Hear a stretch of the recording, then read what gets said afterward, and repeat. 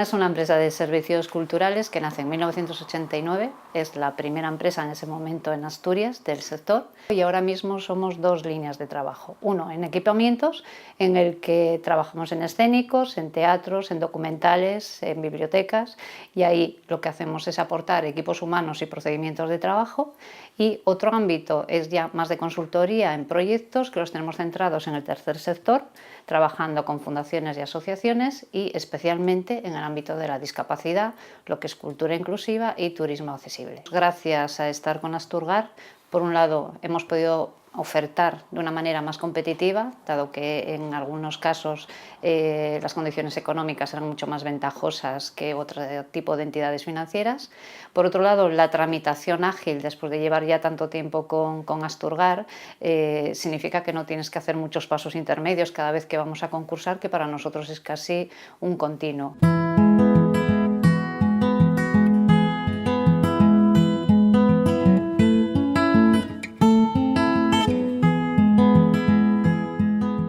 Asturgar supuso en el crecimiento de la empresa un ahorro de costes y ganar competitividad en cuanto a dos ámbitos fundamentales: la agilidad que suponía tener una línea de avales,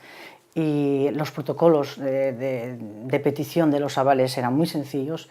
y a la hora de presentarnos rápidamente siempre teníamos los avales de provisional. Asturgar ha sido una entidad para nosotros de apoyo básica a la hora de concursar. Nuestro 90 y pico % de clientes es algún tipo de administración, con lo cual son todo licitaciones públicas con avales, y ahí hemos necesitado de Asturgar desde un principio y continuaremos porque sigue siendo nuestra línea de actuación para poder